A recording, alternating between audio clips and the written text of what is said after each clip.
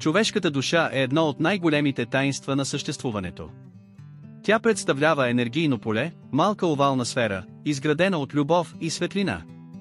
Душата няма физическа форма в материалния свят, но притежава определена структура и вибрационна честота.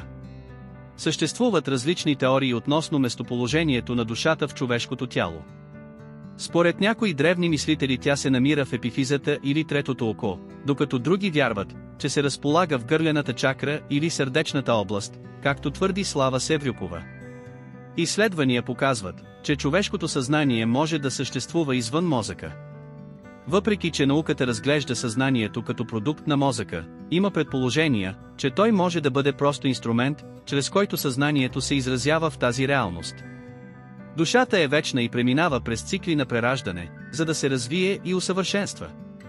При своето създаване душите са чисти и бели, без натрупана карма. В момента, в който се въплътят в тяло, те поемат лична отговорност за своята съдба. Свободната воля ръководи тяхното пътешествие, като всяко действие води до натрупване на положителна или отрицателна карма. Душата има етерна и енергийна природа и може да променя своят свят според нивото си на развитие или деградация. Смята се, че сродните души се разпознават по цвят, което показва тяхната близост и духовно сходство. Душата е посредник между тялото и духа.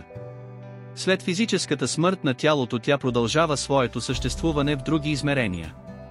Според различни духовни учения, душата комуникира с човека чрез интуицията, изпращайки сигнали и насоки в критични моменти от живота. Кога душата влиза в тялото? По този въпрос съществуват различни теории. Някои вярват, че това се случва между третия и четвъртия месец на бременността, докато други предполагат, че тя влиза в тялото при самото раждане. Според някои вярвания, когато Създателят твори душите, те пребивават в нирвана, състояние на пълно блаженство и хармония. Това е етап, в който те са извън времето и пространството, преди да се въплътят в материалния свят. Душата е вечен пътешественик, който се ражда, развива и върви към съвършенство.